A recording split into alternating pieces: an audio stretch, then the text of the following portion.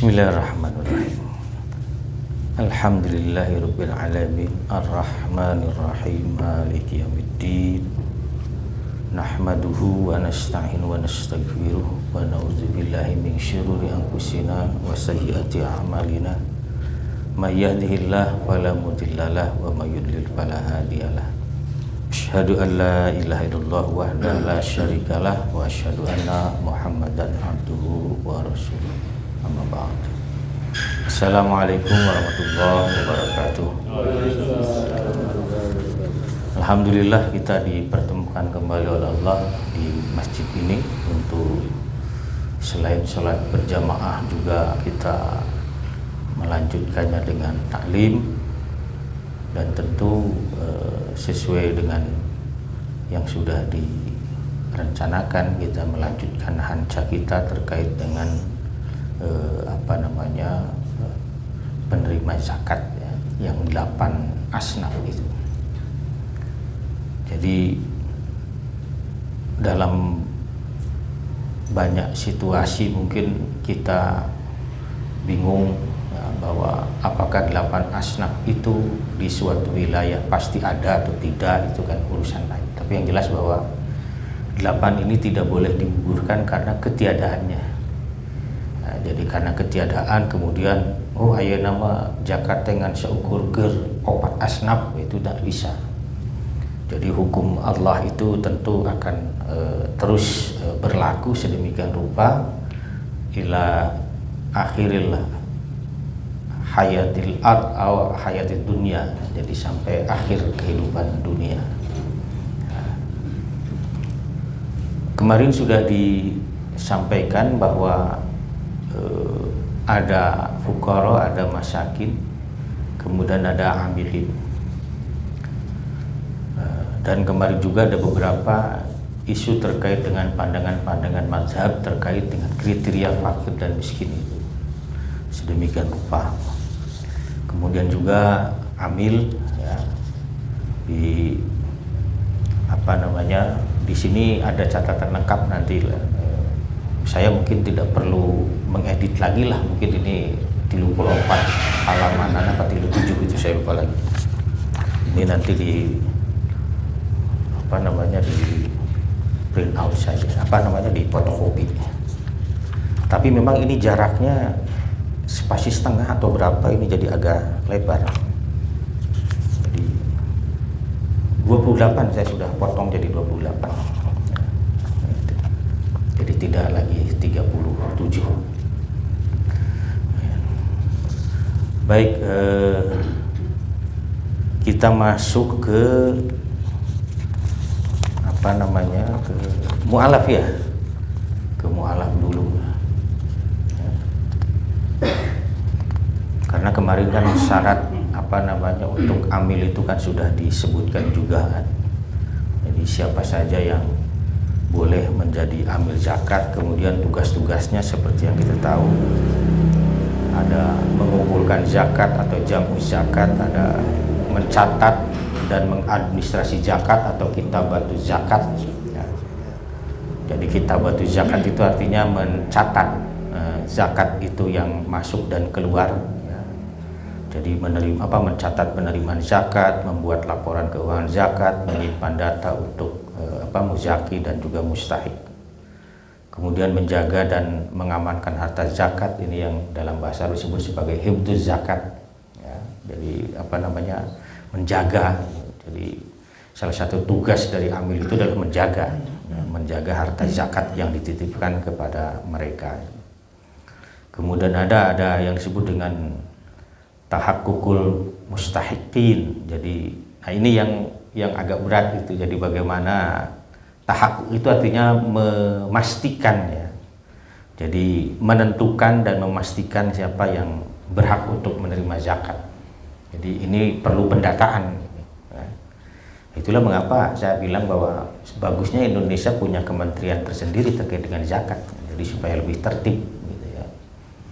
Karena saya tidak tahu nanti apakah kalau kementerian dibentuk operasional zakat akan seperti sekarang ini, diserahkan sebagiannya kepada swasta katakanlah begitu ya. Iya kan ormas kan, yayasan, lembaga-lembaga. Nah, itu. Apakah akan seperti itu atau berubah? Nah, itu yang harus kita, sebab nanti bisa jadi data itu akan ganda terkait dengan mustahik misalnya.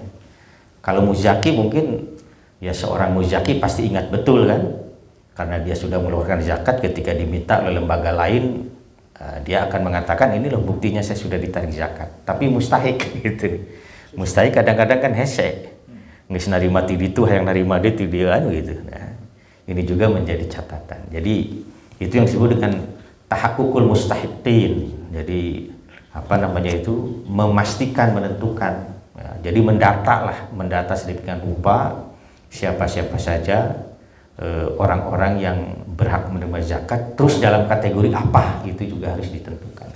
Apakah masuk kelompok fuqara, masakin, kemudian apa, mu'alaf, kemudian firqah, jihad fisabilillah, ibnu sabil, gorim. Nah, itu juga harus pasti ya. Kemudian ada yang disebut dengan sharful zakat. Jadi tugas amil itu adalah sharful zakat. Sharfu itu kemarin apa? Membagikan atau mendistribusi. Nah, ini yang juga penting bagi amil adalah mengedukasi. Mengedukasi siapa?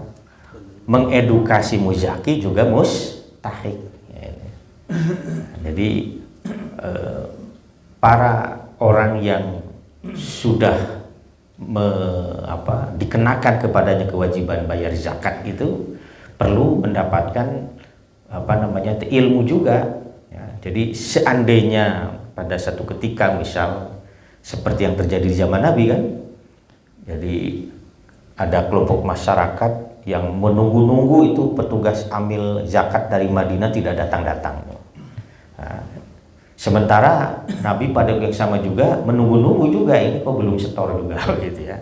Nah, ini kan otomatis berarti kan kelompok itu atau kaum itu harus menghitung sendiri kan. Menghitung sendiri dengan jujur itu yang paling penting. Ya. Nah, itu kan tidak hanya begini ya Rasulullah, ini zakat kami, tidak sekedar itu, tapi juga memberikan catatan bahwa ini yang berzakat sekian, zakatnya ada zakat dagang, ada zakat apalagi peternakan misalnya, pertanian misalnya, atau zakat mal, itu datanya dibawa ya. Kemudian nisabnya, apakah mereka sudah kena nisabnya itu sampai berapa kali lipat misalnya, itu juga harus dipastikan. Nah itu jadi setor Nabi itu dengan setor ungkul harta bandana, tapi juga catatan terkait dengan barang yang dizakatinya itu. Kemudian itu edukasi ya, penting sekali itu ya. Jadi bagaimana cara menghitung ya, dan seterusnya. Kemudian mengelola zakat sesuai syariah dan aturan negara di sini. Nah, ini menjadi sangat penting saya menambahkan ini karena ya memang idealnya itu karena ini terkait dengan sistem, salah satu unsur dalam anasir perekonomian Islam, maka tentu keterlibatan negara atau kehadiran negara itu menjadi sangat penting ya. Jadi jangan sampai kemudian zakat bertumpuk di satu kelompok sementara yang lain tidak. Nah, ini juga menjadi persoalan. Kan sekarang ini diambil nyamannya saja orang itu. Model beginilah bapak-bapak ini, oh saya mah lebih cocok ini nitipnya ke sini kan gitu kan, cocok-cocokan gitu. Kalau dibuat aturan main secara jelas, ya yang terdekat saja dengan dengan tempat tinggalnya kan, tempat mukimnya. Kalau kita mungkin Cipageran ya mungkin yang dekat Cimahi misalnya, ya Badan Amil Zakat Cimahi misal gitu kan, yang dekat ke sana. Sebab aturannya sama kan, karena aturan sama tentu tidak akan ada perbedaan apapun, termasuk dalam konteks distribusi misalnya. Nah ini menjadi sangat penting. Sebab kalau sekarang kan, oh saya mah lebih senang ke sini. Akhirnya ada lembaga zakat yang menampung banyak titipan, tapi ada lembaga zakat yang keteteran. Sementara dia punya catatan mustahik yang tidak sedikit. Yang kedua juga menjadi menarik itu karena begini, sekarang ini kan ada banyak sekali yayasan, itu masalahnya. Yayasan yatim piatu ya, yayasan pendidikan anak miskin dan macam-macam yang lain lah. Itu kan banyak sekali tuh lembaga-lembaga itu, lembaga tahfidz Quran yang menampung anak-anak yang mau taklim Al-Quran, ini kan kategori fisabilillah kan, itu banyak sekali di tempat-tempat itu. Nah, dari mana mereka mendapatkan biaya itu? Nah, ini kalau misalnya diatur oleh negara, saya yakin bisa. Sebab begini, saya harus prihatin ini. Mengapa? Karena bisa begini, lembaga amil zakat punyanya Muhammadiyah mungkin tetap akan lebih fokus dulu ya, akan memprioritaskan kepada komunitas Muhammadiyah. NU pun demikian, Persis juga demikian, Irsyad demikian. Nah, ini bagaimana kalau misalnya ada misalnya kelompok masyarakat yang tidak terafiliasi ke ormas tertentu, cing reksanu memperhatikan. Nah, ini yang saya katakan menjadi soal ya. Nah, kemudian sekarang ini kan kalau misalnya ada masyarakat yang ini kan saya pernah lah itu di kampus itu Mas Slamet, itu kan ada anak-anak yang butuh bantuan, kita ajukan ke Badan Amil Zakat. Nah, itu kan aneh juga ini, anak dari provinsi dapat, dari kota juga dapat gitu. Karena dia penduduk kota Bandung, dapat juga dari Bas kota Bandung. Kemudian dia diajukan oleh kampus itu ke Basnas provinsi. Ada lagi anak lagi yang langsung ke Basnas pusat mengikuti program beasiswa apa gitu. Nah, ini kan ini menjadi apa ya? Ada orang yang dapat pada orang yang dapat padahal dia sudah dapat. Ada orang yang butuh sebenarnya dan dia berhak dapat tidak dapat. Karena tadi kuotanya keseriusan kan itu biasanya ditetapkan kuotanya ini. Ya, kampus ini sekian orang, kampus ini sekian orang, nah, kelompok masyarakat ini sekian orang. Nah, ini menurut saya memang harus mulai ada pengaturan yang lebih ketat menurut saya. Jadi jangan sampai tadi tuh ormas kan memikirkan warga ormasnya kan begitu. Kemudian ya mungkin yang relatif agak luas itu saya bukan ini ya, tapi memujilah apa yang dilakukan misalnya oleh Dompet Duafa Republika itu ya. Kemudian apalagi itu Darut Tauhid tuh Badan Amal Zakat, Data Peduli itu kan menerima zakat. Itu saya melihat bahwa orang-orang yang mendapatkan manfaat dari itu lintas mazhab, lintas ormas ya. Yang penting sesuai dengan kriteria yang ditetapkan dia dapat, termasuk untuk memberikan beasiswa. Jadi saya lihat itu SMK-nya dari Tauhid itu ada satu kelas khusus yang semuanya beasiswa itu gratis sama sekali. Itu menurut saya bagus ya. Nah ini di beberapa pengepul kalau kita sebut sebagai pengepul zakat itu belum bisa melakukan ini. Nah, ini. Jadi menurut saya ini aturannya oleh negara ya harus lebih diperketat. Nah, kemudian kehadiran ormas itu apakah bagian dari amil yang tidak boleh itu kan sekarang ini semuanya menentukan dirinya sendiri. Yang penting dia nyantol kepada undang-undang tentang zakat saja begitu kan. Tapi apa-apanya kan diambil kebijakan sendiri. Ya, paling nanti ada semacam akreditasi, asesmen lah begitu ya. Setiap tahun itu diasesmen oleh Badan Amil Zakat. Oh iya mah lembaga amil zakat iya terakreditasi. Terus nanti mau disebut audit ya, itu diaudit maksudnya itu diaudit dan akreditasi juga diaudit. Itu apa catatan itu kalau BPKT kalau auditnya? Wajar tanpa catatan ya. Nah, itu misalnya dan seterusnya.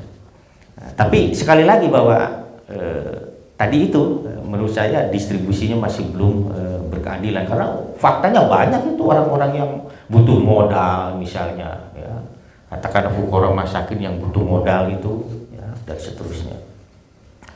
Kemudian mendapat bagian zakat sebagai kompensasi kerja itu sudah disampaikan. Baik, nah sekarang kita masuk ke mu'alaf ya. Nah, ini hekternalistik jadi teka hektar. Jadi sudah gini saja itu. Mu'alaf ini. Mu'alaf itu dimaknai sebagai orang-orang yang hatinya perlu didekatkan, diperkuat atau dicegah dari permusuhan terhadap Islam, dicegah dari permusuhan terhadap Islam. Dari makna ini kan kita jadi tahu bahwa mu'alaf itu ternyata bukan hanya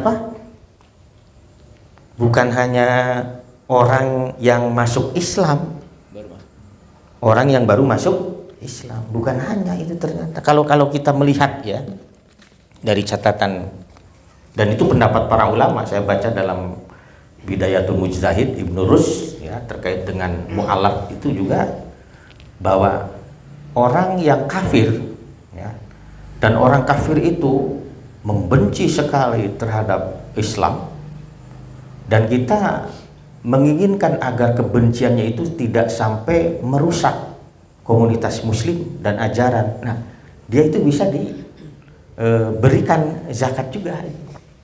Seperti nanti ada riwayat-riwayat ya terkait dengan Nabi pernah itu memberikan zakat kepada tokoh kafir ya, supaya apa tadi? Supaya dia tidak mengganggu kenyamanan, ketentraman orang Islam dalam melaksanakan ajaran. Jadi ini yang menarik itu ya. Jadi yang pertama ini adalah orang yang baru masuk Islam ya, itu ya, kalau sehingga ini kan butuh semacam penguatan supaya dia tidak keluar kembali, karena kan tantangannya luar biasa. Kalau kita lihat di YouTube itu bagaimana mu'alaf itu ada yang diusir oleh keluarganya kan begitu, dan tidak dibekali spesial pun untuk bekal kehidupannya. Beda memang kalau Felix Xiao kan orang tuanya nggak dukung ya, tapi ada beberapa yang lain itu yang harus keluar dari rumahnya, kemudian dilucuti seluruh fasilitas dari orang tuanya, sehingga dia hidup menggelandang sedemikian rupa. Jadi orang yang baru Islam dan ini membutuhkan semacam penguatan apa? Iman kan gitu. Kemudian yang kedua ya, nah ini nih orang ya,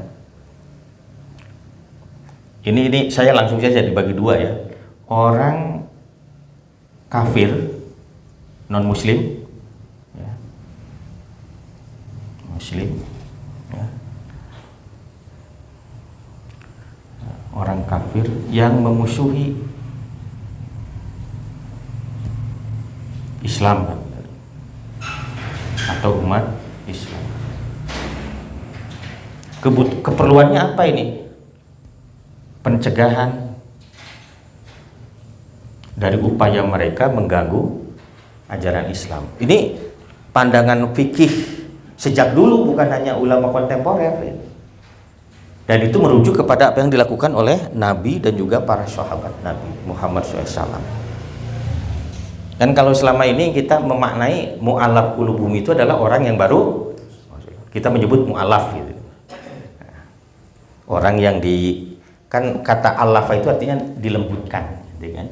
Dilembutkan. Ya memang mu'alaf qulubuhum adalah orang yang dilembutkan hatinya. Orang jahat itu bagaimana caranya supaya dia berlembut-lembut terhadap kita dan kemudian tidak mengganggu kita.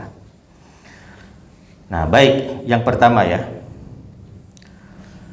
mu'alaf yang baru masuk Islam siapa saja? Pertama, orang ya, mengapa mereka itu harus diberikan zakat? Tadi itu penguatan ya, karena memang imannya masih lemah. Yang pertama. Yang kedua, memang membutuhkan dukungan moral, dukungan sosial, dan juga dukungan ekonomi. Jadi moral, sosial, dan ekonomi.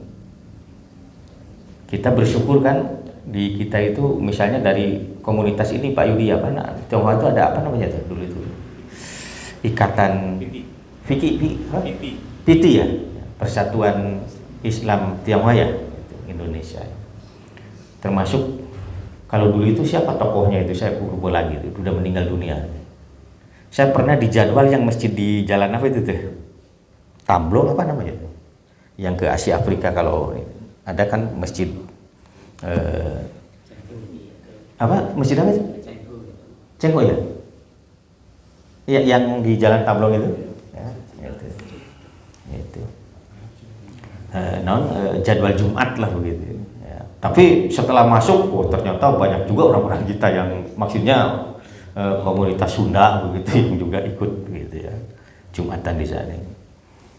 Nah ini kategori mu'alaf yang paling disepakati tadi itu masuk Islam dan dia butuh penguatan secara moral, sosial ya, karena tadi kan faktanya mereka itu diusir oleh keluarga dan macam-macam yang lain, dan juga harus dikuatkan secara ekonomi karena juga tadi tidak jarang bahwa jangankan orang yang tidak berpunya pada awalnya, orang yang berpunya saja itu bisa kata langsara lah gitu. Persis seperti siapa umat Islam yang hijrah dari Mekah ke Madinah, mereka meninggalkan rumah, harta benda dan seterusnya. Ini ya. Jadi anna Rasulullah SAW a'ta rijalan wa taraka rajulan faka'annahu atabu alaihi faqala inni la utiya rajul wa ada'u rajul waladhi ad'u ahabbu ilayya minalladhi u'ti walakini u'tiya aqwaman lima ara fi qulubihim minal jaza wa da'af. Ini dalam riwayat Imam Bukhari. Sesungguhnya aku membenci kepada seseorang, memberi, maksud saya itu atau itu memberi ya, dan meninggalkan, wataroka itu artinya meninggalkan seseorang yang lain.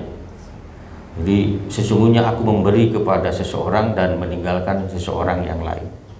Orang yang aku tinggalkan itu lebih aku cintai daripada orang yang aku beri, tetapi aku memberi kepada sebagian orang karena aku melihat dalam hati mereka ada kegelisahan dan kelemahan.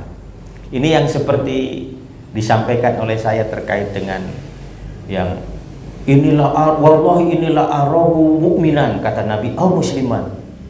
Dan seterusnya, itu yang membuat kaget Abu Sa'id ya. Jadi maksudnya begini, ada orang-orang nih Nabi memberi kepada yang ini tapi tidak memberi kepada yang ini. Ada orang nanya, mengapa ini tidak diberi? Kata Nabi, saya sebenarnya mencintai dia, tapi saya melihat orang-orang ini yang tadi itu lemah dan gampang terbawa. Jadi untuk menguatkan hati mereka tetap dalam keimanan, itulah yang saya beri. Padahal Nabi teh seneng kasih ini, lain ngewah gitu. Tidak dikasih itu bukan karena dia benci, lain ngewah lain, tapi karena ada yang lebih bukan membutuhkan ya, lebih dibutuhkan untuk dikuatkan mentalnya karena dia baru masuk Islam. Kan tadi ada disebut dengan kegelisahan ya dalam keimanannya. Jadi itu ya. Kemudian yang kedua, tokoh berpengaruh yang masuk Islam. Nah, ya, tokoh berpengaruh masuk Islam. Seorang tokoh masyarakat, kepala suku atau orang yang memiliki pengaruh besar, itu kan kalau di lingkungan kita, misalnya seharusnya tokoh, misalnya aguan sebenarnya, nah, misalnya, itu kan tokoh tuh meskipun bagaimana kan, sahade atau tokoh militer siapa kalau dulu mah siapa tuh Ben Murdani misalnya, gitu ya, tokoh. Dengan menguatkan hatinya, ia dapat mengajak kaumnya kepada Islam. Jadi katakanlah dia masuk Islam, nah supaya dia lebih bersungguh-sungguh dalam berislam, maka dikuatkan dengan cara tadi, diberi bagian zakat. Ingat loh, zakat yang diberikan Nabi itu bukan 1 juta 2 juta, tapi sampai 100 ekor unta kepada tokoh itu luar biasa itu. Jadi umat Islam itu melihat seorang tokoh dalam sebuah komunitas itu sebagai sosok yang penting karena pengaruhnya, sehingga kalau dia itu kuat dalam berislam, dia akan mengajak. Ini kisah siapa itu? Kisah ini Pak Harto itu yang diceritakan oleh Ustadz Fadlan Gamaratan itu, yang dari Papua itu. Bagaimana ketika itu ya Pak Harto itu, nah ini jasa Pak Harto besar sekali dalam syiar Islam, yang penyebaran Islam di wilayah-wilayah Kalimantan, kemudian di mana itu di Papua Utama. Itu kan bagaimana, nanti lihat YouTube saja lah, bagaimana ada beberapa kepala suku yang kemudian diajak oleh Ustadz Gamaratan ya, berdialog dengan Pak Harto, ngomongnya apa diterjemahkan oleh Ustadz Gamaratan ke Pak Harto apa gitu ya. Pokoknya mati nyambung sebenarnya gitu ya. Jadi dia menuntut sesuatu, tapi itu tidak disampaikan oleh Ustadz Gamaratan. Nah, sampai akhirnya kemudian Pak Harto kan mengirimkan pakaian, sabun, makanan dan macam-macam. Dan ini yang menarik, langsung diumrohkan dan dihajikan. Tokoh kepala-kepala suku itu coba Pak Harto tuh baca dari mana pemahamannya itu. Dan itu terjadi pada zaman Nabi itu. Jadi ada tokoh, ya kan kepala suku itu kan tokoh masyarakat kan. Jadi kalau tokohnya sudah didapat, masyarakatnya pasti. Dan sekarang kan kita lihat di YouTube tuh di Afrika utama kan, bagaimana kelompok-kelompok masyarakat secara komunal masuk agama Islam karena misalnya pendeta A itu masuk Islam. Sampai sekali bersyahadat tuh 500 orang, 1000 orang, ada yang 1500. Itu luar biasa. Nah ini saya salut kepada negara Arab Saudi dalam hal ini ya, karena ini mungkin kita tidak tahu, tapi Arab Saudi itu termasuk yang zakatnya itu dikeluarkan sebagian besar itu memang ke Afrika. Nah, itu untuk mengislamkan penduduk Afrika itu melalui tokoh-tokoh. Dan saya ketika haji, kan itu tamu itu kan, itu semua tamu, itu rata-rata yang dari Afrika itu adalah para dai. Kan kalau dari Indonesia malah dai-nya masih urang. Di Afrika itu Arab Saudi itu langsung menembus kepada tokoh-tokoh dai itu. Saya pernah dialog itu dengan salah satunya yang dari Maldives misalnya ya. Sampai dia mengatakan bahwa ketika saya tanya dari mana come from gitu, dia mengatakan nama cek bahasa orang negara saya itu di peta saja itu cuma 1 titik. Ya Maldives itu kan negara kecil sekali. Dan 100% muslim itu kalau Maldives itu. Ya, Maladewa itu ya. Nah kemudian ngobrol dengan orang yang Afrika itu. Ternyata dia baru beberapa tahun masuk Islam. Gitu. Dan dia hafidz Quran. Dan apa ya, para hufaz Al-Quran sekarang banyak yang berasal dari Afrika. Nah, itu dan ya kita tahu kan lagamnya rada beda seitik kalau orang Afrika mah, tapi enak saja didengar itu. Dan pelafalnya juga bagus itu. Kemudian saya ngobrol dengan yang dari Denmark ya, asli warga Denmark itu ya, mu'alaf, dia menjadi dai juga, tokoh-tokoh masyarakat. Itu yang diundang oleh pemerintah Arab Saudi untuk berhaji. Jumlahnya itu 700, waktu zaman saya itu 700 orang tokoh yang diundang. Tapi kalau yang datang dari luar itu benar-benar tokoh masyarakat ya, tokoh agama. Sebab kan ketika diterima oleh keluarga kerajaan itu kan ditanya satu-satu itu. Kebetulan dari Indonesia itu 5 orang yang diterima, saya termasuk. Itu mengenalkan diri yang dari Filipina, Malaysia, dari mana-mana begitu ya. Dan mereka itu menjadi apa di negaranya itu, nah, itu disampaikan kepada, itu kan untuk menjadi semacam laporan kan, bahwa tidak salah sasaran nah, begitu. Baik, tokoh berpengaruh, kemudian memberi dampak sosial yang positif bagi umat juga. Rasulullah SAW memberikan sejumlah besar harta kepada tokoh-tokoh Hawazin seperti Uyainah bin Hisn, kemudian Al-Aqra bin Habis dan lainnya. Fa'ata Rasulullah SAW unasan mi'atan, coba itu, li ta'lifi qulubihim. Nabi memberikan kepada tokoh-tokoh itu berapa? 100 unta, seorang 100 unta, bayangkan. Dari mana itu coba? Nabi kan terbenghar. Pertama, tentu dari zakat. Ya. Yang kedua dari mana? Dari khumus. Dari ghanimah. Kan Nabi mendapat bagian berapa? 20% Nabi itu. Jadi Nabi itu lamun rek benghar, bagus, benghar bisa Nabi. Bayangkan tina ghanimah 20%, bayangkan. Yang 80%-nya dibagi fuqara, masakin dan pada ini para pejuang yang ikut berperang. Kalau meninggal kepada keluarganya. Jadi model pensiun itu nanti dipatenkan di zaman Umar bin Khattab. Jadi keluarga pahlawan Badar, pahlawan itu mendapat santunan dari negara itu. Coba ini bayangkan ini, fa'ata Rasulullah SAW unasan mi'atan li ta'lifi qulubihim, untuk apa? Melembutkan hatinya. Jadi supaya tokoh itu benar-benar tertarik, semakin tertarik terhadap Islam, kemudian dia berjuang untuk Islam. Tokoh-tokoh ini. Ada orang kadang-kadang kia oke. Nah, di kita ini kekeliruannya juga di kita ini. Kalau misalnya ada tokoh tertentu yang masuk Islam kaya, malah menjadi sasaran proposal. Iya ya. Iya, donor tetap atau apa? Bukan tidak boleh, cuma ini kalau dikelola tidak menjadi soal, atau sasarannya jelas tidak menjadi soal. Tapi kadang-kadang untuk pribadi itu yang menjadi soal. Ya. Jadi saya pernah sampai mendengar, mantap kemarin ketika, maaf ini Pak Slamet saya sebut di sini, ya. Ketika Pak Slamet saya minta itu ada mahasiswa yang terkendala, ya. Kemudian saya panggil mahasiswanya ngerekam di video, dipasikin nggak pakai lama, bahwa titipannya sudah dikasihkan kepada orangnya langsung. Nah, ini konvensional kan kalau begini mah ya, mestinya tadi itu ada laporan dan macam-macam. Nah, ini. Jadi itu keluhan dari beberapa orang. Dan itu biasanya yang melakukannya adalah ustadz-ustadz juga begitu. Ustadz, kiai dan seterusnya itu yang memperlemah, kemudian orang menjadi sangat malas untuk melakukan itu. Nah, itu. Baik, kita teruskan ya.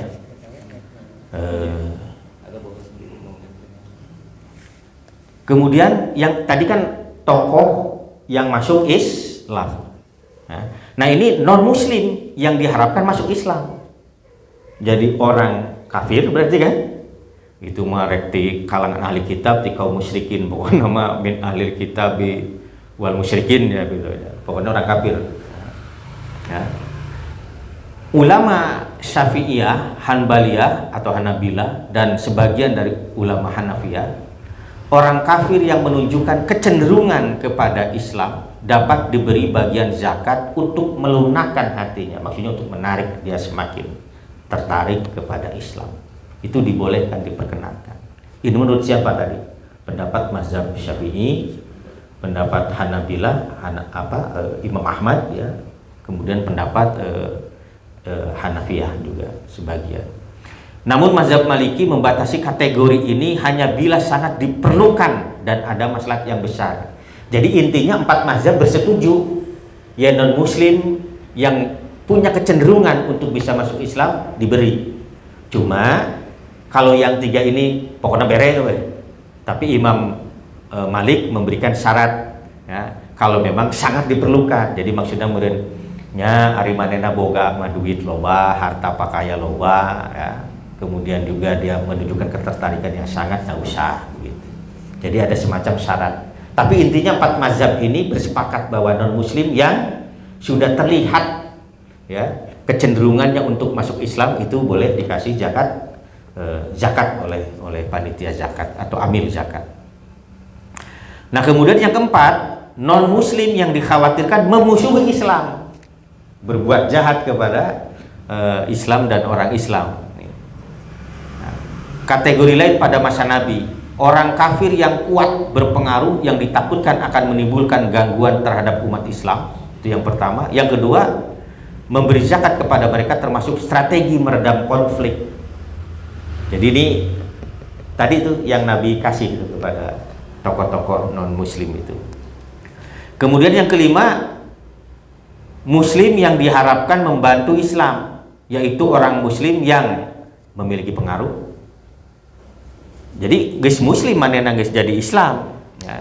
Cuma tadi itu ya, misalnya karena keterbatasan ekonomi dan macam-macam yang lain, itu berhak. Jika dibantu, ia dapat membela Islam atau dapat menolak bahaya terhadap kaum muslimin. Jadi katakanlah dia dibentengi itu oleh kita dengan diberikan jaminan sosial dan ekonomi supaya tadi dia bisa menjaga kaumnya, komunitasnya untuk tidak terpengaruh oleh provokasi, propaganda dan juga dakwah kufar yang masuk ke komunitas mereka. Nah, ini banyak kalau yang begini mah. Ya, seperti tadi tuh ustadz-ustadz di mana? Kalau dulu tuh Dewan Dakwah Islamiyah itu menyebar dai-dai itu ke seluruh pelosok negeri itu. Bahkan di wilayah Jawa Barat itu ustadz itu tuh yang dari Cipageran tuh Puri, Roinul Balad. Ya. Itu pernah dikirim ke Kalimantan, ke Banten, pedalaman begitu, kemudian ke Sulawesi kemana. Itu DDI dulu. Ketika zaman Pak Nasir sampai ke zaman siapa tuh Anwar Haryono ya, itu dulu itu. Karena memang dukungan finansial dari Timur Tengah kuat sekali. Jadi mereka memang digaji. Mereka digaji ya, diberi biaya hidup keluarganya juga dan seterusnya. Dan mereka dakwah itu tanpa memikirkan keluarganya bagaimana makan atau tidak itu. Itu Dewan Dakwah Islam Indonesia. Dan pemerintahan Pak Harto itu mengikuti ini sebenarnya ketika mengirim dai-dai ke daerah transmigrasi. Saya pernah bilang kan, saya termasuk yang mau yang mau terlibat itu dalam program itu tahun 89 akhir itu waktu itu. Ketika menterinya Pak Munawir Sazali, menteri agamanya dulu itu. Jadi anak-anak muda itu dikirim ya ke daerah-daerah untuk berdakwah itu. Dan nanti dikasih ini juga, dikasih lahan itu sama seperti trans yang lainnya. Dikasih lahan, kebun dan seterusnya. Tapi dia mendapat gaji juga gitu. Itu zaman Pak Harto tuh, ingat betul. Nah itu DDII itu yang merintis. Nah sekarang yang melanjutkan itu kalau tidak salah dari Kalimantan tuh Hidayatullah, pernah dengar enggak? Ya, Hidayatullah itu termasuk yang mengirim dai-dainya ke wilayah-wilayah yang lain. Ya. Ini menarik ya. Saya melihat juga ada Muhammadiyah. Kalau dulu kalau di NU itu kan santri-santri kan yang dikirim itu, santri dikirim membangun pesantren dan seterusnya. Jadi sebenarnya ini tradisi keislaman gitu untuk menebar risalah Islam ke berbagai penjuru. Kemudian yang keenam, muslim lemah iman yang perlu penguatan, Jadi itu termasuk mu'alaf itu. Ya, mu'alaf qulubuhum itu termasuk kategori mu'alaf qulubuhum. Tadi siapa? Muslim lemah iman yang perlu penguatan. Kan kalau ini tidak lagi berbicara tentang tidak lagi berbicara tentang apakah dia kuat secara ekonomi dan tidak. Yang penting manena muslim tapi lemah iman. Nah kita bantu. Mungkin dia pedagang, kita kuatkan modalnya kan begitu. Kalau dia sedang sekolah, menyekolahkan anaknya, berarti anaknya yang kita biayai supaya dia merasa bahwa dulur-dulur saiman ternyata memperhatikan. Sebab begini, mengapa ini menjadi penting? Ingat dalam tradisi penginjilan itu yang disebut dengan diakonia. Diakonia itu kan cara yang dilakukan oleh para penginjil untuk meluluhkan hati-hati orang-orang Islam ataupun non-Islam yang bukan Kristen untuk supaya bisa masuk Kristen. Itu maksud saya bahwa orang-orang Islam yang lemah iman dan ya karena kurang diedukasi tadi kan, kemudian juga lemah ekonomi itu yang paling rawan. Nah itulah mengapa kita harus menguatkan mereka. Itu.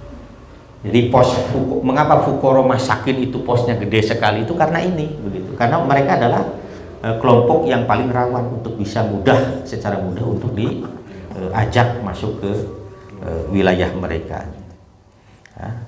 Itu ya. Jadi nah kalau ini ada pandangan juga Yusuf Qaradawi, Wahbah Zuhaili. Saya mengambil dua pandangan ulama kontemporer, Yusuf Qaradawi dan Wahbah Zuhaili. Nah, itu.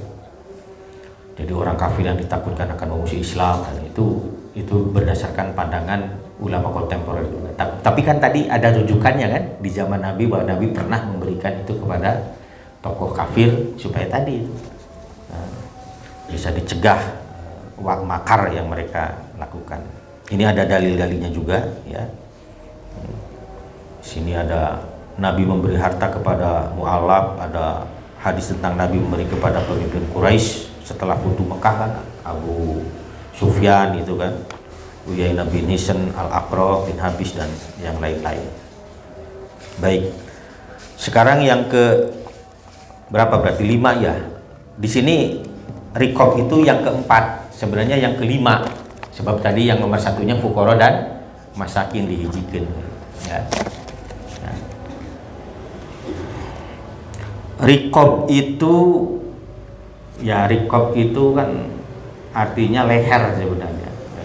Jadi ya artinya bahwa rikob ini adalah hamba sahaya yang memang harus dimerdekakan. Nah, ini mayoritas ulama Hanafiyah, Malikiyah, Syafi'iyah dan Hanabilah menjelaskan bahwa riqab itu mencakup ada budak mukatab. Budak mukatab adalah budak yang membuat perjanjian pembayaran tebusan dengan tuannya agar ia bebas. Ini kan disebutkan ainul mukatab fi kitabatihi. Jadi kita memang diperintahkan untuk membantu budak sahaya yang sudah membuat janji dengan tuannya akan menebus dirinya supaya bisa merdeka. Jadi ada disebut dengan budak mukatab, ya, abdul mukatab. Yang kedua, ada budak yang ingin dimerdekakan untuk maslahat umum. Jadi jika negara atau lembaga ingin memberi budak lalu membebaskannya. Yang ketiga, muslim yang ditawan musuh, itu masuk kategori riqab, karena kan tadi dia menjadi orang yang tidak bebas, kan ditawan kan, ya, menjadi orang. Kan kadang-kadang ayat disebut pertukaran tawanan ya. Nah, itu. Seperti sekarang terjadi di mana tuh? Gaza dengan Israel. Cuma liciknya Israel tak gejulna. Tawanan tawanan Israel di Gaza itu pada sehat-sehat, ya, pulang penuh senyum. Tapi apa yang terjadi dengan tawanan Muslim Gaza itu? Ketika keluar banyak yang mati. Kalaupun hidup cacat, perempuan banyak diperkosa juga. Nah itu mesti beres. Ya. Ya. Jadi ya mah prinsip riqabnya gimana? Ya, gitu. Dan dunia diam, itu masalahnya. Kan dunia diam, yang kemarin teriak itu kan rakyatnya, bukan pemimpin dunia, kan itu rakyatnya itu di belahan dunia yang lain itu. Ya. Kemudian, nah, meskipun perbudakan tradisional sudah tidak ada, para ulama kontemporer seperti Wahbah Zuhaili dengan siapa, Pak Yusuf Qaradawi itu, ya, mengatakan bahwa memasukkan kategori riqab itu adalah muslim yang ditawan, korban perdagangan manusia. Apa itu? TPPO ya, tindak apa itu, perdagangan manusia itu. Sekarang kan banyak orang kita yang di mana itu dijual ke Kamboja ya, Kamboja, dan dijadikan apa itu, operator judi. Kemudian yang kedua itu diambil apa, organ tubuhnya itu, ginjalnya itu yang itu luar biasa itu. Yang ketiga, pekerja migran, ya, TKI, tenaga kerja internasional, tenaga kerja Indonesia itu, pekerja migran. Tentu ini tidak seluruh pekerja ya, nah, pekerja, sebab kan ada banyak diaspora Indonesia juga yang memilih menduduki Pak Selamat itu, posisi-posisi strategis di perusahaan. Kalau itu tidak masuk kategori riqab. Tapi ini misalnya, maaf ya, asisten rumah tangga misalnya. Nah itu masuk kategori ini, pekerja migran ini. Nah, asisten rumah tangga atau pengasuh. Kan kalau di Hong Kong banyak tuh pengasuh lansia kan, orang tua gitu kan. Malah sekarang di Cina itu menarik, cucu-cucu mengasuh kakek neneknya di kampung dan digaji dari pensiunan kakek neneknya. Lucu juga ya, kok ini ngurus. Sebab di Cina juga tuh, maaf ya, di Tiongkok, dia di Cina itu, di negeri Cina itu sekarang banyak yang kesulitan mencari kerja ya. Itulah mengapa banyak yang dimasukkan ke Indonesia itu. Syarat sok investasi di Indonesia, tapi wayana pekerjaan nanti ya, karena memang di sana sudah kehabisan lahan kerja ya, penduduknya hampir 2 miliar ya. 2 miliar. Itu ya. Lapangan kerja sangat terbatas juga. Nah, padahal kemajuan Cina sekarang kan luar biasa, spektakuler lah begitu ya. Padahal ketika zaman Pak Harto kita berkembang itu masih kalah oleh kita sebenarnya itu. Tapi sekarang Korea dan Cina itu masih kalah oleh kita. Tapi setelah reformasi urang nu kateteran jauh bisa. Ya. Kudu nama reformasi teh maju malah jadi terpuruk kita ini. Ya, itu. Ya, itu. Jadi pekerja migran yang dimaksud tentu tidak seluruh ya. Jadi Saya tidak tahu persis tuh definisi pekerja migran versinya pemerintah itu seperti apa, karena banyak juga kan orang-orang kita yang bekerja di luar negeri dan mendapatkan posisi-posisi yang sangat bagus gitu. Ya. Ini ya. Jadi ini menurut ulama siapa tadi, Yusuf Qaradawi sama Wahbah Az-Zuhaili itu masuk kategori adalah muslim yang ditawan, korban perdagangan manusia, kemudian pekerja migran. Ini masuk rikop dan mendapatkan zakat gitu. Kan biasanya kadang-kadang kan minta tebusan juga kan, boleh di ini tapi harus ditebus gitu. Banyak sekali itu kisah-kisah yang seperti itu. Baik, kemudian gorim ya, gorimin itu. Nah, gorim, ingat ada doa kalau kita sholat itu baina tasyahud wassalam itu apa itu? Allahumma inna a'udzubika minal ma'sami wal maghram. Oh, wahai Allah, aku berlindung kepada Engkau dari maksam. Maksam itu sumber-sumber dosa.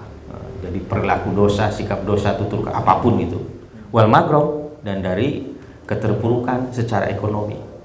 Nah itu gorim gitu. Nah di sini didefinisikan ya sebagai orang yang memiliki utang dan tidak mampu melunasi utang itu, atau orang yang berutang demi kemaslahatan yang dibenarkan oleh syariat dan tentu dia tidak mampu, jadi terpaksa dia hutang karena untuk menegakkan syariah misalnya. Ya katakanlah di satu komunitas tertentu ini ada banyak muslim ya, tapi belum punya masjid misalnya, nah, dibangunlah masjid misalnya gitu. Karena tidak punya modal, neangan kaditu kadi hesawai, berutanglah dia. Nah, itu masuk kategori yang harus diberi zakat gitu. Nah, nyadi lunasan lah begitu. Nah. Para ulama membagi gorimin menjadi dua kelompok besar. Pertama gorim karena kebutuhan pribadi, ini gorim linafsih itu disebutnya. Nah, cirinya utangnya digunakan untuk kebutuhan mendesak dan tentu bukan maksiat. Jadi kebutuhan yang bersifat doruri, primer, ya. Berutang untuk kebutuhan primer itu boleh. Primer itu apa? Pangan, sandang dan papan. Tiga ini. Dan itu dalam agama juga sama seperti itu. Nah. Jadi itulah mengapa bolehkah kita berutang untuk membangun rumah? Boleh. Karena itu termasuk kategori apa? Kebutuhan primer. Atau nganjuk ke ngontrak misalnya rumah, karena memang untuk membangun susah untuk ngontrak. Boleh, jadi soal. Daripada dia menggelandang. Merujuk pamimpin bongan sorangan, itu bisa bongan sorangan. Dalam hadis itu tegas sekali. Ya. Jadi man yali amral muslimin, siapapun itu yang mendapatkan kesempatan untuk mengurusi urusan kaum muslimin, tsumma la yajhadu, kemudian dia tidak bersungguh-sungguh mengurus, wala yansah, dan tidak jujur dia, tidak amanah dia, ancamannya ketika itu dia tidak akan masuk surga. Lamun tak masuk surga suka mana itu berarti? Dan tempat di akhirat mung dua, lamun teu surga neraka ya kan. Cing eta nu nyalon-nyalon jadi pamimpin teh maca hadis eta teh lamun muslim gitu ya. Mengimani tidak itu pernyataan Rasulullah itu.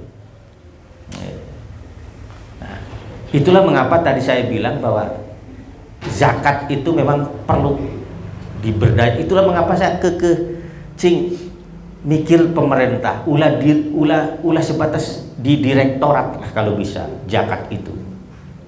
Ya. Atau sekarang malah bukan direktorat ya, tapi apa? Badan kan? Ya badan amil zakat nasional kan. Mengapa tidak ditingkatkan misalnya menjadi apa itu? Bagian dari Kementerian Agama tapi riuh kita. Ya duit mungkul masalah zakat. Orang kementerianna loba nu teu balener. Misalnya ditingkatkan menjadi kementerian misalnya. Ya kita tirulah misalnya di Arab Saudi itu bagaimana kementerian zakat gitu. Nah, kan ada kementerian zakat dan wakaf kalau di Arab Saudi itu. Nah, jadi zakatnya diurus benar gitu kan.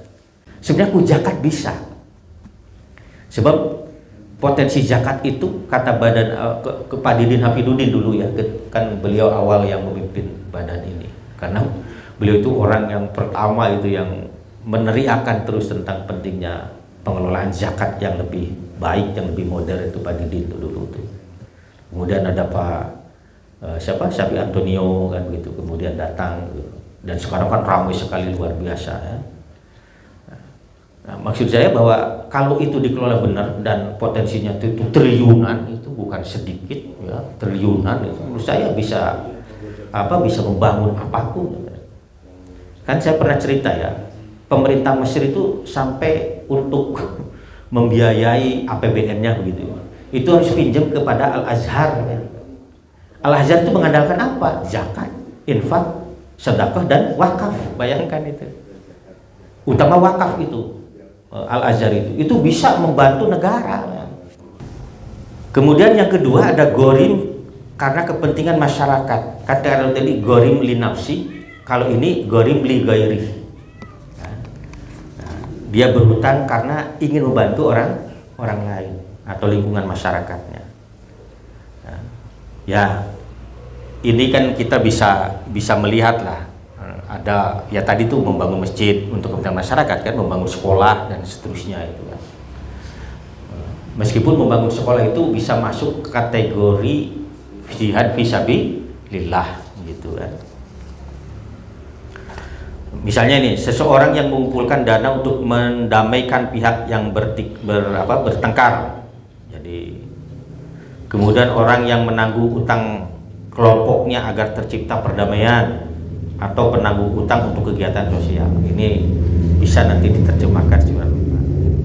Kemudian yang ketiga, jadi yang tadi kan ada gorim untuk dirinya, ada gorim yang kedua untuk gorim untuk kepentingan masyarakat. Yang ketiga, orang yang gorim masuk kategori gorim, orang yang berutang lalu tidak mampu membayar meski awalnya kaya.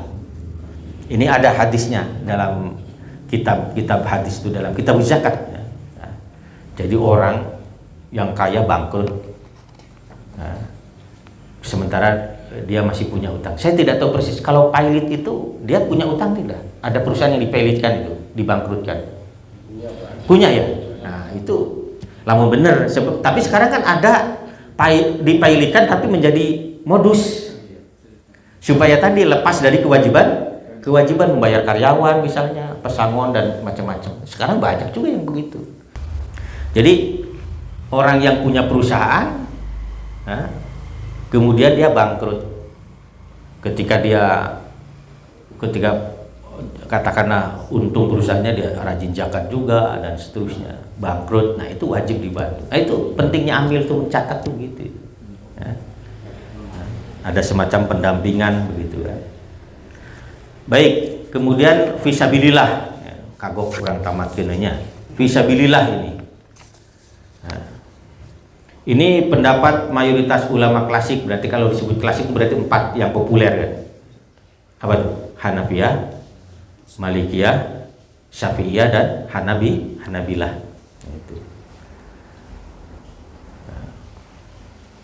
Pada dasarnya yang disebut dengan fisabilillah itu adalah orang yang berperang di jalan Allah, berperang, benar-benar perang pakai senjata gitu, menghadapi musuh itu pada awal. Jadi para mujahidun itu. Tapi kemudian bahwa termasuk ya, mereka itu adalah yang menyiapkan kebutuhan perangnya, yang menyiapkan kebutuhan kuda. Nah, kan ada juga itu orang-orang yang membantu para mujahid itu mempersiapkan logistik yang dibutuhkan untuk peperangan. Mereka juga mendapatkan zakat. Kemudian pasukan yang tidak bergaji, volunteer. Lamun urang naon komcadnya, komponen cadangan. Nah, itu kan tidak digaji ya. Dapat gajinya nanti kalau ada. Sekarang nyatanya anak saya juga tidak dapat gaji. Padahal dia pangkatnya letnan 2 ya, tadi komcad nanti. Ya. Terus di pangkatan tapi itu menang gaji. Gajinya nanti kalau ada, ya misalnya itu kan untuk bencana misalnya akan diperbantukan dan macam-macam, itu baru dapat honor lah begitu ya. Itu sebenarnya bagian dari pejuang di jalan Allah gitu, karena membantu masyarakat. Nah, Sekarang bagaimana dengan ulama kontemporer ini? Ya termasuk ulama-ulama kita di Basnas sana itu. Ya. Para ulama ini memperluas ya, lingkup fisabilillah itu ke semua kegiatan besar yang memperjuangkan agama Allah. Siapa? Pendidikan Islam. Nah, itu bisa sekolah, pesantren, madrasah dan macam-macam yang lain. Ya. Termasuk juga mahasiswa Muslim. Ya. Di sini disebutkan mahasiswa syariah. Nah, ini yang dimaksud mahasiswa syariah bukan berarti mahasiswa yang mengambil jurusan syariah, bukan berarti ya. Mahasiswa syariah di sini adalah mahasiswa yang mereka disekolahkan dan ilmunya diharapkan sekali bisa didedikasikan untuk membesarkan Islam, litadimil Islam, itu masuk kategori fisabilillah. Ya. Termasuk kan kalau di kita pendidikan ada prodi pendidikan agama Islam, ada prodi ekonomi syariah. Tapi lucunya asup prodi ekonomi syariah, tapi gawena di bank konvensional. Kuliahna perbankan syariah, tapi gawena di bank konvensional. Aneh juga di kita. Indonesia mah segala aneh memang. Nah, itu. Oh, ya gitulah. Jadi syariah, Pak. Ya. Saya tidak tahu persis, tapi ada yang memang di BJB biasa yang bukan BJB syariah. Nah, kan memang kan BCA ada BCA syariah, tapi enggak, ini mah di BCA-nya ini, bukan di BCA syariahnya. Ada itu banyak mahasiswa saya itu yang lulus kemudian kerjanya malah di lembaga keuangan non syariah. Nah, itu. Ini memang pertama memang kan serapan ya. Serapan lembaga-lembaga keuangan syariah memang belum banyak juga, apalagi bank-bank ya. Untuk yang semacam BPR atau Baitul Mal itu kan masih sangat terbatas juga. Sementara kan mereka butuh kerja, nu ayawe masuk, itu banyak gitu. Anak saya itu masternya kan meneliti tentang rumah sakit syariah anu di mana di Cikarang. Itu yang bagus kalau itu rumah sakit itu. Ridho Kasalma namanya itu, rumah sakit Ridho Kasalma, dan pengembangannya bagus. Daerah Bekasi atau Kerawang, Pak Cikarang pokoknya nama Bekasi Timur lah. Itu menerapkan pendidikan. Jadi didinya mah komo pasien orang deket mah teu kudu mikiran biaya, asup we geus pokona. Cager keluar. Kumaha lamun nunggak bereskeun teh. Lamun aya cicil, lamun teu aya bebas. Itu Pak, itu anak saya meneliti itu. Jadi, dan itu benar. Dan Pak Odang kan di rumah sakit. Itu si pasien itu benar-benar didampingi sekali. Ya. Yang perempuan, dokternya perempuan, yang laki gitu. Gitu. Dan harus terus dalam kondisi berhijab kecuali dalam keadaan darurat si pasiennya juga. Itu di Ridho Kasalman. Sekarang pengembangan terus. Jadi didinya mah pasien teh datang lah guys, kudu mikiran biaya heula pun asup di obaran. Tidak boleh ada pasien yang terlantar begitu. Melayani juga BPJS juga sebenarnya. Tapi untuk kasus yang tadi itu orang Manawa misalnya terjadi peristiwa di mana di sana itu masuk saja sudah. Itu keren menurut saya itu. Nah, itu rumah sakit yang seperti itu belum banyak juga di kita. Bank, lembaga keuangan juga belum banyak di kita yang seperti itu. Ngaranna syariah tapi netepkeun marginna gila-gilaan. Cenah naonan eta? Di mana tahunna? Contoh konsepnya tahun ya, saling menolong, membantu, tapi faktanya tidak. Mengapa rumah sakit itu membesar? Itu karena tadi pemikiran bisa ngabiayaan teh si pasien atau keluarganya.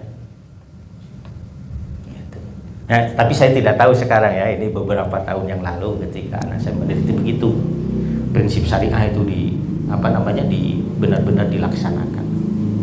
Nah, lembaga-lembaga keuangan kita, Pak Tata berhubungan sareng bank konvensional kan ya, perusahaan. Bank syariah juga enggak. Malah, nah itu yang prihatin saya itu, jadi prihatin. Cina mendingan ke bank konvensional daripada bank. Akhirnya muncul tuh omongan seperti itu dari masyarakat muslim. Kahiji cenah ka bank konvensional lebih gampang. Ya, saya tidak tahu persis kan begitu seperti apa. Nah ini hal-hal seperti ini mestinya menjadi bahan introspeksi kita. Itu. Nah jadi kadinya nya, oh ini tadi mahasiswa syariah teh gitu ya. Oh, jadi lupa kadinya nya. Nah itu. Jadi apa yang dimaksud mahasiswa syariah itu adalah mahasiswa muslim. Dia mengambil, meskipun ada ulama yang mengatakan prodi agama, tapi saya berpendapat seperti juga yang dilakukan oleh para ulama dulu, prodi apapun sejauh didedikasikan untuk kepentingan Islam, maka dia harus dibiayai oleh zakat ini. Katakanlah beginilah, lembaga zakat itu tadi tuh memberikan beasiswa untuk orang untuk pelajar muslim ngambil misalnya kesarjanaan fisika, misalnya astronomi atau apalagi itu akuntansi atau apapun lah begitu ya, matematika, biologi dan macam-macam, psikologi, sosiologi, masternya gitu, doktoranya gitu. Tapi mereka itu sudah diplot nanti oleh lembaga ambil zakat ini, oleh lembaga zakat ini, bahwa nanti kamu itu tugasnya begini, ini. Jadi ulah diculkan gitu, oke. Terus dai ulama ya, tadi yang pertama pendidikan ya, yang kedua itu dai ulama pendakwah yang mengabdikan hidupnya untuk dakwah. Ya, jadi ini termasuk fisabilillah. Ya. Mengapa mahasiswa itu disebut fisabilillah? Kan ingat ada man kharaja min baitihi ya li talabil ilmi fa huwa fisabilillah hatta yarji'a, itu hadisnya sahih itu. Siapa yang keluar dari rumahnya untuk menuntut ilmu, maka dia sedang fisabilillah sampai kembali ke rumahnya. Itu fisabilillah. Nah. Kemudian dai ulama dan pendakwah.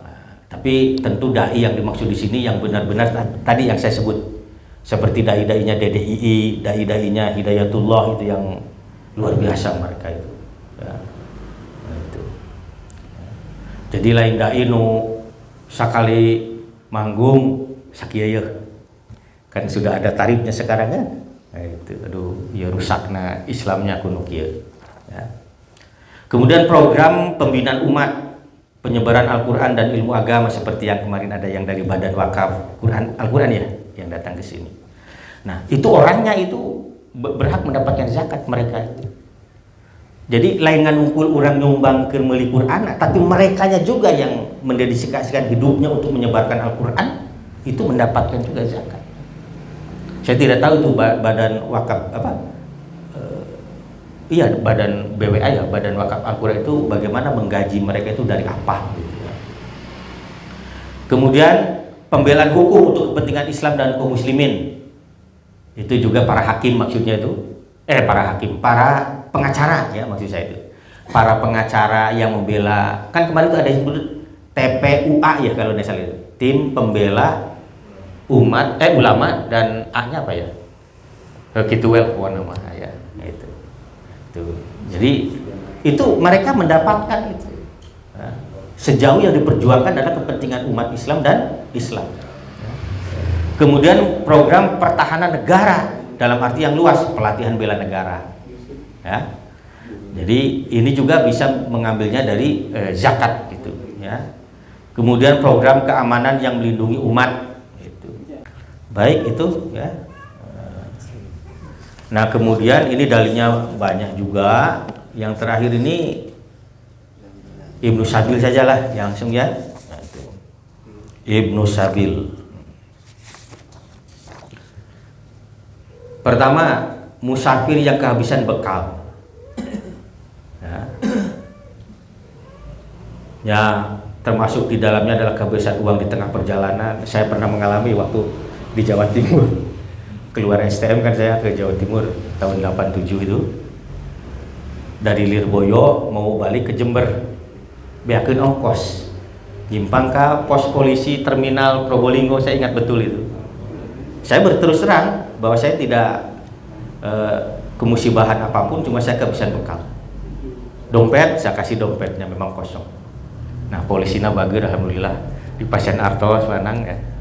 Kemudian kasupirna teh kadenya ieu lamun cek bahasa urang mah kudu nepi ka Rambi. Nah, ini bisa sebenarnya ke lembaga ambil zakat tuh. Ya.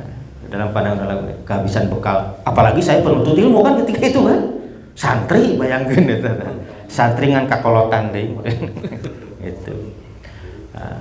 Kehilangan dompet itu ya, itu boleh. Terlantar karena kendaraan rusak atau dicuri. Kumaha atuh eta lamun aya pamajikan tinggalin di pom bensin ketika mudik, apakah dapat zakat atau tidak? Itu nyepat aya na usum eta tinggalin cenah di pom bensin di rest area, eta mah suamina ngahaja we eta mah ame bebas.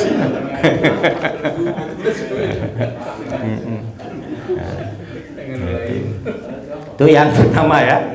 Yang kedua, tadi kan musafir yang kehabisan bekal. Yang kedua, musafir yang tidak mengakses hartanya, tidak bisa lagi mengakses hartanya. Ada itu yang tidak bisa lagi mengakses harta. Saya waktu ke haji itu, ya mungkin karena kebodohan saya juga, saya bawa bekal real, itu bawa bekal juga rupiah. Nah yang real nanti masih ayalah saya beberapa mah, nu rupiah nanti saya kubodo nanya ke ATM dari tanah teh, nyapan sih nama rupiahnya, nyamual bisa keluar tuh. Eta nu liurnya, ingat betul itu saya itu. Nah, gitu. Sampai saya telepon BNI-nya langsung ke saya tuh dari kok saya baru dijelaskan. Ya nggak bisa Pak, ada begini-begini. Aduh, liur eta kumaha ya. Saya nggak tahu Pak Angga eta ATM biasa tuh waktu itu. Biasa, langsung oh, ke visanya. Oh, langsung iya, real. Keluarna. Iya.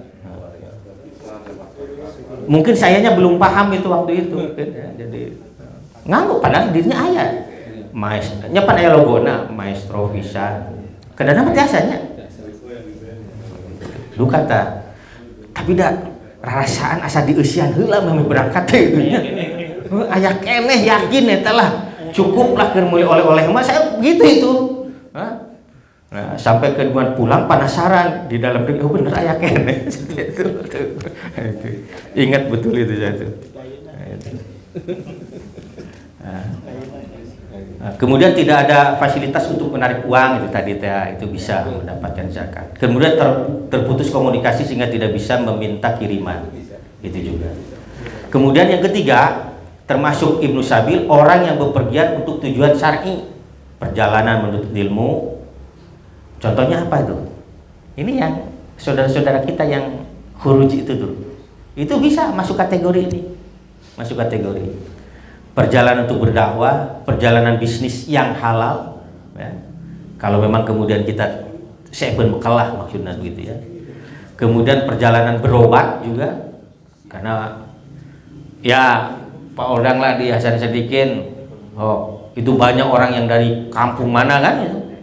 Mereka itu kadang-kadang repot, saya tahu betul karena saya pernah nunggu pasien itu, oh, aduh tos pun bukal kocok kumahaan itu kasihan sekali itu. Kita bantu. Nah, lembaga zakatnya mestinya aya di rumah sakit teh kudu nama untuk menangani yang seperti ini. Salah satunya selain tadi membantu pengobatan. Oke, kan nunggu nah eta. Kemudian perjalanan pulang kampung yang halal. Nah, aya pulang kampung nu halal. Itu. Perjalanan pulang kampung yang halal itu maksudnya bahwa ya kita bersilaturahim kepada orang tua, sanak saudara dan seterusnya. Itu tidak dalam konteks untuk kepentingan. Sebab ada orang juga yang naon? Jadi balik ka lembur teh ngan sakadar naon nah begitu. Bukan untuk silaturahim, tapi naon tadi? Pamer itu ya tidak masuk kategori. Malah kan lamun dibere dipakai modal pamer deh gitu. Itu. Ya. Kemudian orang yang sedang mencari tempat yang aman, ini para pengungsi, ya itu. Kemudian yang keenamnya aktivitas kemanusiaan demi menyelamatkan umat. Ini ingat di kita ada sudah meninggal itu tokohnya itu, saya lupa ya, yang mendirikan Mercy itu apa kesehatan itu pertama di Indonesia itu. Oh kok saya lupa ya, sudah almarhum beliau. Kalau tidak salah meninggal di kita sih, ya. Tapi beliau sudah pernah di Bosnia, pernah di daerah-daerah konflik itu. Kalau saya lupa siapa yang beliau. Nah ini, tapi sekarang lembaganya masih jalan, Mercy itu. Nah sekarang yayasan yang seperti itu banyak. Kalau dulu cuma satu-satunya itu yang.